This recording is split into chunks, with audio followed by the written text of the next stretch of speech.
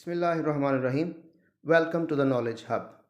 Dear students, आज की इस daily dose of general knowledge की वीडियो में हम ये देखेंगे कि दुनिया में जो एटमी ताकतें हैं उन ममालिक ने एटमी ताकत कब हासिल की। तो history of atomic powers. Number 1, America became atomic power in 1945, यानी अमेरिका ने 1945 में एटमी ताकत हासिल की। Russia became atomic power in 1949. Number 3, England became atomic power in 1960. France became atomic power in 1962. China became atomic power in 1964. India became atomic power in 1974. Pakistan became an atomic power in 1998. North Korea became atomic power in 2006.